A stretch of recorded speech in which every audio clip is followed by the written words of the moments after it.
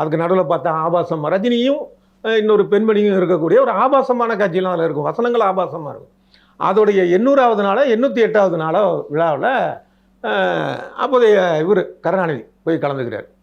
ஏன்னா 2 பேரும் ரொம்ப முக்கியத்துவம் கொடுப்பார்ல சினிமா இது மாதிரி இருக்குது. எனக்கு ரொம்ப முக்கியம்ல முதலமைச்சருக்கு அப்படின்னு. அங்கே பார்த்தீங்கன்னா இந்தியாவிலேயே 3 சிவாஜிகள் தான் முக்கியமானவங்க.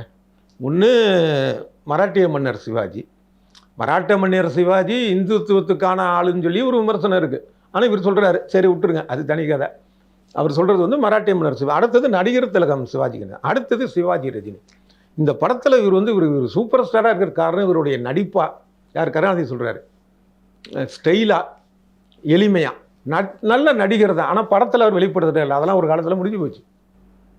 நீங்கள் அவர்கிட்டே கேட்டிங்கன்னா ரஜினி கிட்ட உங்களுக்கு பிடிச்ச படம்னு சொன்னா இன்னமும் 6 அதுக்கப்புறம் ராகவேந்திரான்னு சொல்லுவாரு. அதுக்கப்புறம் அவரே எத்தனையோ படம் நடிச்சிருக்காரு, ஹிட்டா இருக்கு.